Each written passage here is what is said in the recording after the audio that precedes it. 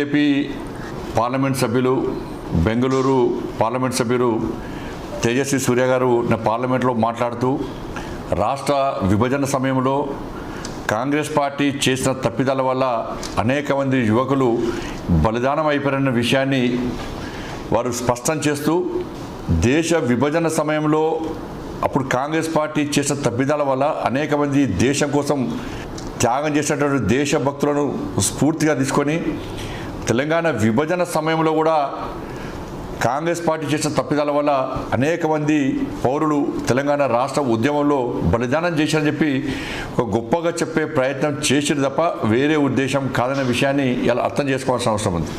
ఇది వాస్తవమా కాదో ఒక్కసారి ఆలోచించాలి.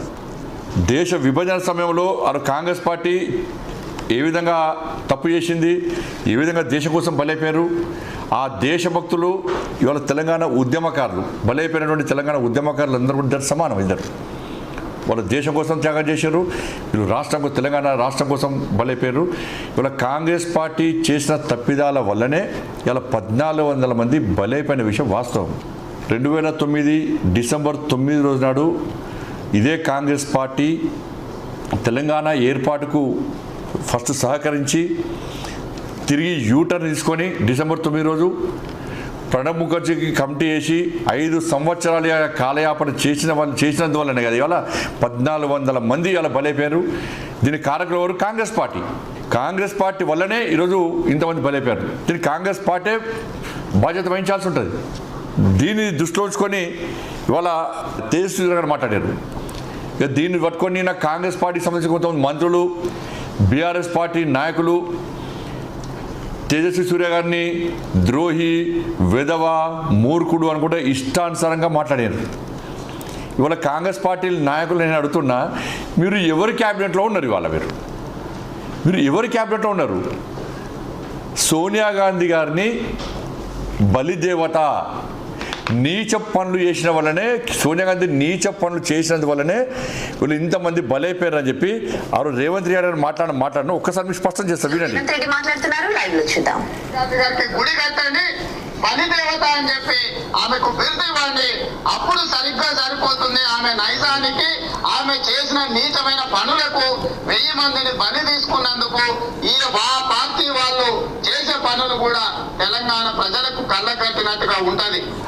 అయితే ఈరోజు కాంగ్రెస్ పార్టీ అడుగుతున్న చంద్రబాబు నాయుడు గారిని ఏదైతే ప్రశ్నిస్తారో సమన్యాయం అంటే చెవిటోడి ముందర శంఖం ఊదినట్టుగా ఉంది.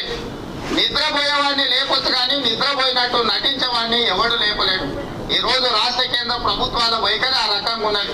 సమన్యాయం అంటే తెలంగాణ ప్రజలు గత 50 సంవత్సరాలుగా పోరాట ఫలితంగా దీనికి కాంగ్రెస్ పార్టీ నాయకులు ఏ విధంగా సమాధానం చెప్తారో చెప్పాలి. ఫస్ట్ కాంగ్రెస్ పార్టీ నాయకులు ఇవాళ సోనియా గాంధీని బలిదేవత, కాంగ్రెస్ పార్టీ నాయకురాలను తిట్టకుండా నీచ పనులు చేసిందని మాట్లాడినటువంటి కాంగ్రెస్ పార్టీని తిట్టినటువంటి రేవంత్ రెడ్డి గారి క్యాబినెట్లో మంత్రులుగా ఉన్నారు. మీరు ఫస్ట్ మీకున్న ఆలోచన, మీరు ఎవరి క్యాబినెట్లో మంత్రిగా ఉన్నారు అని. అటువంటి రేవంత్ రెడ్డి గారి క్యాబినెట్లో మీరు మంత్రులుగా ఉంటూ, మీ సోనియా గాంధీ తిట్టినటువంటి రేవంత్ రెడ్డి గారి క్యాబినెట్లో మంత్రులుగా ఉంటూ, మీ సోనియా గాంధీ నీచ పనులు చేసిందని చెప్పినట్టు రేవంత్ రెడ్డి గారి మంత్రివర్గంలో మంత్రులుగా ఉంటూ ఈరోజు భారతీయ జనతా పార్టీని ఇవాళ తెలంగాణ ఉద్యమకాలను దేశభక్తులతో పోల్చేటువంటి సందర్భాన్ని వక్రీకరిస్తూ మీరు మాకు వ్యతిరేకంగా స్టేట్మెంట్ ఇస్తే మీ నిజాయితీ ఏంది, మీ నియత ఏంది, మీ కమిట్మెంట్ ఏంది, మీ పార్టీ ఏంది? అసలు మీ పార్టీ ముఖ్యమంత్రి ఎవరు? తెలంగాణ ఉద్యమాన్ని వ్యతిరేకించిన వ్యక్తి. ఒక్క ఓటు 2 రాష్ట్రాలు అన్నటువంటి ఒక నినాదానికి, విధానానికి కట్టుబడి ఇలా భారతీయ జనతా పార్టీ మద్దతు ఇస్తేనే తెలంగాణ రాష్ట్రం ఏర్పడ్డది. కాంగ్రెస్ పార్టీ పార్లమెంట్లో బిల్లు దేనికోసం ప్రవేశపెట్టింది? మీరు ఇవ్వకుంటే మేము ఇస్తాము అని వార్నింగ్ ఇస్తే ఇలా కాంగ్రెస్ పార్టీ భయపడి ఇవాళ తెలంగాణ బిల్లును పార్లమెంట్లో ప్రవేశపెట్టింది తప్ప ఇలా ఏమాత్రం ప్రేమ లేదు. ఇలా 1400 మంది బలి కావడానికి కారణము కాంగ్రెస్ పార్టీ. ఇది కాంగ్రెస్ పార్టీ ఉద్యమకాలను హత్య చేసింది కాంగ్రెస్ పార్టీ. ఇలా మీరు మా గురించి మాట్లాడతారా? ఇదంతా ఒక ప్లాన్ ప్రకారం మొదటి నుంచి చెప్తున్నాం. బీఆర్ఎస్ కాంగ్రెస్ ఒక్కటే. వీళ్ళు వాళ్ళ అవినీతి గురించి వీరు మాట్లాడదు, వీళ్ళ 6 గ్యారెంటీల గురించి వాళ్ళు మాట్లాడరు.